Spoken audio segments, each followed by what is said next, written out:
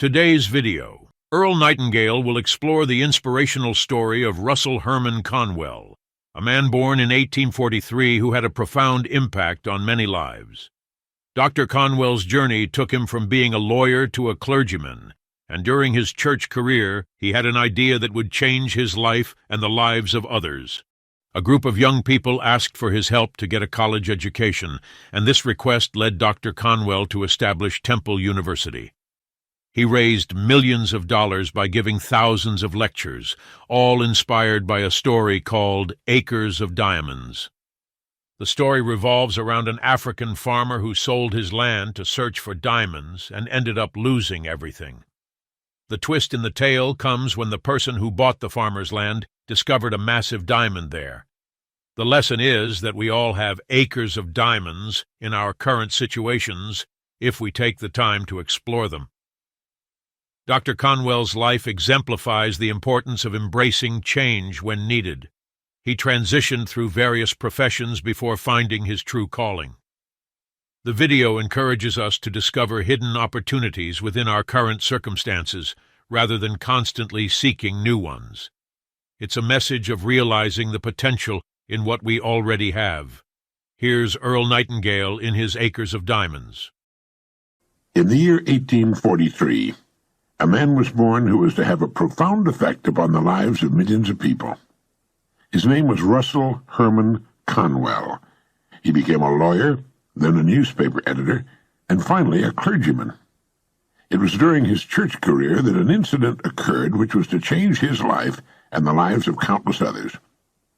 One day a group of young people came to Dr. Conwell at his church and asked him if he'd be willing to instruct them in college courses. They all wanted a college education but lacked the money to pay for it. He told them to let him think about it and come back in a few days. After they left, an idea began to form in Dr. Conwell's mind. He asked himself, why couldn't there be a fine college for poor but deserving young people? And before very long, the idea consumed him. Why not indeed? It was a project worthy of 100% dedication, complete commitment, and almost single-handedly Dr. Conwell raised several $1 million with which he founded Temple University, today one of the country's leading schools. He raised the money by giving more than 6,000 lectures all over the country, and in each one of them he told a story called Acres of Diamonds. It was a true story, which had affected him very deeply, and it had the same effect on his audiences. The money he needed to build the college came pouring in. The story was the account of an African farmer who heard tales about other farmers who had made millions by discovering diamond mines. These tales so excited the farmer that he could hardly wait to sell his farm and go prospecting for diamonds himself. So he sold the farm and spent the rest of his life wandering the African continent, searching unsuccessfully for the gleaming gems which brought such high prices on the markets of the world. Finally, the story goes, worn out and in a fit of despondency, he threw himself into a river and drowned. Meanwhile, back at the ranch, or farm in this case, the man who had bought his farm happened to be crossing the small stream on the property when suddenly there was a bright flash of blue and red light from the stream bottom. He bent down, picked up the stone. It was a good-sized stone, and admiring it, later put it on his fireplace mantel as an interesting curiosity. Several weeks later, a visitor picked up the stone, looked closely at it, hefted it in his hand, and nearly fainted. He asked the farmer if he knew what he'd found. When the farmer said no, that he thought it was a piece of crystal, the visitor told him he had found one of the largest diamonds ever discovered. Well, the farmer had trouble believing that. He told the man that his creek was full of such stones, not as large perhaps as the one on the mantel, but, well, they were sprinkled generously throughout the creek bottom. Needless to say, the farm the first farmer had sold so that he might find a diamond mine turned out to be the most productive diamond mine on the entire African continent. The first farmer had owned, free and clear, acres of diamonds, but had sold them for practically nothing in order to look for them elsewhere. Well, the moral is clear. If the first farmer had only taken the time to study and prepare himself, to learn what diamonds looked like in their rough state, and since he had already owned a piece of the African continent, to thoroughly explore the property he had before looking elsewhere, all of his wildest dreams would have come true. Now, the thing about this story that so profoundly affected Dr. Conwell and subsequently millions of others was the idea that each of us is at this moment standing in the middle of his or her own acres of diamonds. If we'll only have the wisdom and patience to intelligently and effectively explore the work in which we're now engaged, to explore ourselves, we'll usually find the riches we seek, whether they be financial or intangible or both. Before we go running off to what we think are greener pastures, let's make sure that our own is not just as green or perhaps even greener. It's been said that if the other guy's pasture appears to be greener than ours, it's quite possible that it's getting better care. Besides, while we're looking at other pastures, other people are looking at ours. There are few things more pitiful to my mind than the person who wastes his life running from one thing to another, forever looking for the pot of gold at the end of the rainbow, and never staying with one thing long enough to find it. No matter what your goal may be, perhaps the road to it can be found in the very thing you're now doing. It wasn't until he was completely paralyzed by polio and forced to reach into the rich resources of his mind that a courageous farmer got the idea of producing exceptionally good meat products on his farm. From that idea, one of the country's most successful meat-packing companies was born. His farm contained acres of diamonds, too. He just never had to dig for them before. Your mind is your richest resource. Let it thoroughly explore the possibilities lurking in what you're presently doing before turning to something new. I say that because there were probably good reasons for your having chosen your present work in the beginning. If there weren't, and if you're unhappy in the field you're in, well, then perhaps it's time for some serious exploration. Dr. Russell Conwell's life is a living example of the importance of a willingness to change once one's own pasture has been thoroughly explored. I said that Dr. Conwell began as a lawyer, then later changed to become a newspaper editor, before he finally found his true calling as a clergyman and the founder of a great university. One of the best examples of a person finding acres of diamonds hiding in his work is Stu Leonard of Connecticut. He began as a dairy route delivery man. As he worked his rounds, he began to think of all the products connected to the dairy business that his customers really needed. He bought a working dairy with very little down and a lot of hard work and began building his business around it. Keeping the working dairy intact in the center of his operations and surrounding it with windows through which his customers could watch the process, he began adding other products. Today his dairy store is the largest in the world, and it sells everything in the food line. People come from all over the entire area to shop at Stu Leonard's dairy store, and they love it, and he loves them. People who are too old or infirm to come to his store on their own are picked up in Stu Leonard's buses and brought to the store. He has a multi-million-dollar business that grew out of a delivery route. The diamonds were there, and Stu Leonard made the most of them. Every kind of work has such opportunity lurking within it. The opportunities are there now, clamoring to be noticed, but they cannot speak or print signs for us to read. Our part of the bargain is to look at our work with new eyes, with the eyes of creation. Teilhard de Chardin said, "It is our duty as men and women to proceed as though limits to our abilities do not exist. We are collaborators in creation." A man I knew in Arizona began with a small gas station. One day, sitting at his desk and watching through the window while one of his young attendants filled a man's gas tank, he watched the customer while he stood about waiting for the job to be finished. It dawned upon him that that man had money in his pockets, and there were things he needed or wanted that he'd pay for if they were conveniently displayed where he could see them. So he began adding things: fishing tackle, then fishing licenses, hunting and camping equipment, rifles, shotguns, ammunition, hunting licenses. He found an excellent line of aluminum fishing boats and trailers. He began buying up the contiguous property around him. Then he added an auto parts department. He'd always carried cold soft drinks and candy, but now he added an excellent line of chocolates in a refrigerated case. Before long, he sold more chocolates than anyone else in the state. He carried thousands of things his customers could buy while waiting for their cars to be serviced. All the products he sold also guaranteed that most of the gas customers in town would come to his station. He sold more gas.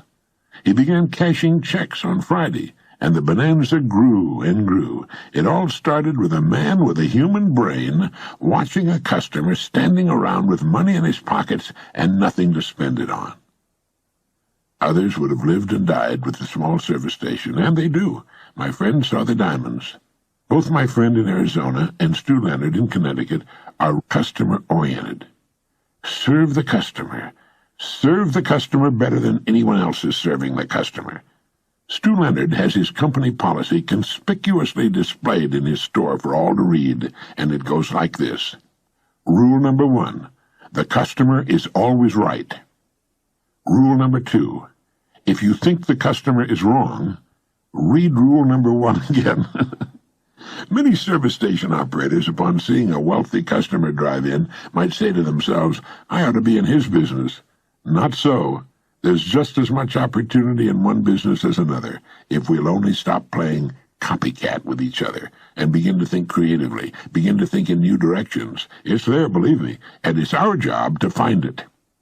Take the time to stand off and look at your work as a stranger might, and ask, why does he do it that way?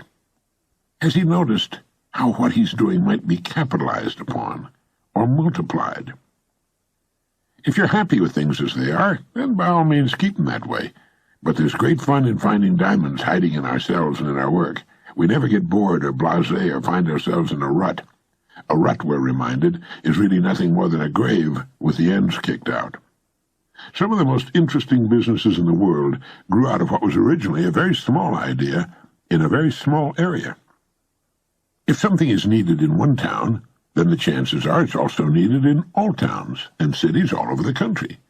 You might also ask yourself, how good am I at what I'm presently doing? Do you know all there is to know about your work? Would you call yourself a first-class professional at your work? How would your work stand up against the work of others in your line? The educator and author J.B. Matthews wrote, unless a person has trained himself for his chance, the chance will only make him ridiculous. A great occasion is worth to a man exactly what his preparation enables him to make of it. I'm sure Dr. Matthews intended to include the female half of the world in that statement. I'm often appalled by how little people know about the business they're in. That's not my department, they'll say. I suppose if they see a fire starting in someone else's department, they wouldn't report it. Most real estate people don't sell homes and property. They show homes and property, something a 6-year-old child could do. They often know nothing at all about selling or marketing, yet they call themselves real estate professionals. They're actually tour guides. This is the living room, they say to intelligent men and women who already know what a living room looks like. Someone, come to think of it, I think it was me, once wrote that the human race is much like a convoy in time of war. The whole menagerie is slowed down to protect the slowest ships, and they march on in that dusty valley, unmindful of the diamonds beneath their feet. The first thing we need to do to become a diamond miner is to break away from the crowd and quit assuming that because people in the millions are living that way, it must be the best way. It is not the best way. It's the average way. The people going the best way are way out in front. They're so far ahead of the crowd you can't even see their dust anymore. They're the people who live and work on the leading edge, the cutting edge, and they mark the way for all the rest. We have a choice to make, really, you and I. It takes imagination, curious imagination, to know that diamonds don't look like cut and polished gemstones in their rough state, nor does a pile of iron ore look like stainless steel. To prospect your own acres of diamonds, develop a faculty we might call intelligent objectivity, the faculty to stand off and look at your work as a person from Mars might look at it. Within the framework of what industry or profession does your job fall? Do you know all you can about your industry or profession? Isn't it time for a refreshing change of some kind? How can the customer be given a better break? Each morning ask yourself, how can I increase my service today? There are rare and very marketable diamonds lurking all around me. Have I been looking for them, examining every facet of my work and of the industry or profession in which it has its life? There are better ways to do what I'm presently doing. What are they? How will my work be performed 20 years from now? Everything in the world is in a state of evolution and improvement. How can I do what will eventually be done anyway now? Think of what Stu Leonard did with his dairy route, and my Arizona friend with his small service station. What Famous Amos did with his chocolate chip cookies. What Procter & Gamble did with soap. Sure, there's risk involved. There's no growth of any kind without risk. We start running risks when we get out of bed in the morning. Risks are good for us. They bring out the best that's in us. They brighten the eye and get the mind cooking. They quicken the step and put a new shining look on our days. Human beings should never be settled. It's okay for chickens and cows and cats, but it's wrong for human beings. People start to die when they become settled. We need to keep things stirred up. Back in 1931, Lloyd C. Douglas, the world-famous novelist who wrote The Robe, Magnificent Obsession, and other best-selling books, wrote a magazine article titled Escape. Now, in that article, Douglas asked, who of us has not at some time toyed briefly with the temptation to run away? If all the people who have given that idea the temporary hospitality of their imagination were to have acted upon it, few would be living at their present addresses. And of the small minority who did carry the impulse into effect, it's doubtful if many ever disengaged themselves as completely as they had hoped from the problems that hurled them forth. More often than otherwise, it may be surmised, they packed up their troubles in their old kit bags and took them along. The point of the article was simply, don't try to run away from your troubles. Overcome them. Prevail right where you are. What we're really after is not escape from our perplexities and frustrations, but a triumph over them. And one of the best ways to accomplish that is to get on course and stay there. Restate and reaffirm your goal, the thing you want most to do, the place in life you want most to reach. See it clearly in your mind's eye, just as you can envision the airport in Los Angeles when you board your plane in New York. Or like a great ship in a storm, just keep your heading and your engines running. The storm will pass, although sometimes it seems that it never will. And one bright morning you'll find yourself passing the harbor light. Then you can give a big sigh of relief, rest a while, and almost before you know it, you'll find your eyes turning seaward again. You'll think of a new harbor you'd like to visit, a new voyage upon which to embark. And once again you'll set out. And that's just the way this funny-looking, two-legged, curious, imaginative, tinkering, fiddling dreamer called a human being operates. He escapes from problems not by running away from them, but by overcoming them. And no sooner does he overcome one set of problems, but he starts looking around for new and more difficult pickles to get himself into and out of. So if you find yourself looking at travel folders and thinking of running away, go ahead. Think about it. It'll get your mind off things for a while.